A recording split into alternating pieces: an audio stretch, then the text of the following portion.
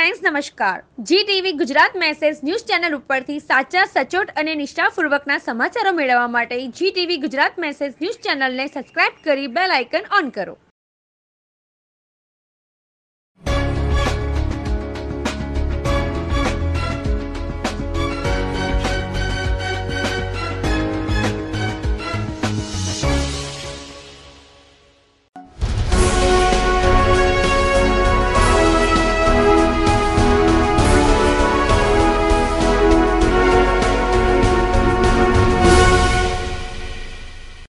તમે જોઈ રહ્યા છો જી ટીવી ગુજરાત મેસેજ ન્યૂઝના સમાચાર વિસ્તારથી।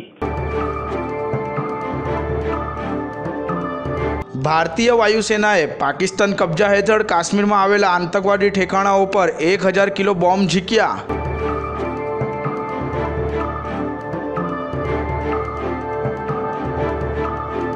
હુમલા બાદ ગુજરાત સહિતની પાકિસ્તાનને લાગતી તમામ બોર્ડર હાઈ એલર્ટ।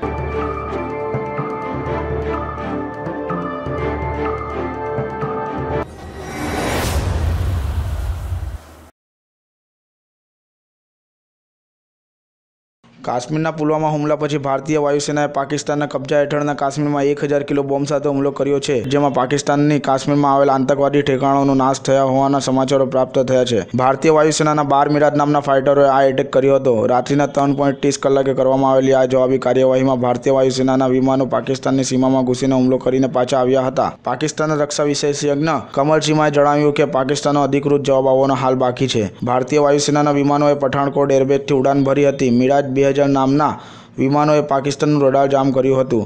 આ બાબતે પાકિસ્તાનની આર્મી પ્રવક્તાએ ટ્વીટ કરી દાવો કર્યો છે કે ભારતીય વાયુસેનાએ મુઝફ્ફરાબાદ બાલાકોટથી ઉડાન ભરી હતી। વાયુસેનાએ બોમ્બ ફેંક્યા હતા, પરંતુ પાકિસ્તાની સેનાએ તાત્કાલિક જવાબ આપતા ભારતીય એરક્રાફ્ટ પાછા વળી ગયા હતા। થોડીક વાર પછી ભારતીય વાયુસેનાએ પ્રેસ પ્રતિનિધિઓને સંબોધવા એક પત્રકાર પરિષદ યોજવામાં સમાચારો મળી રહ્યા છે।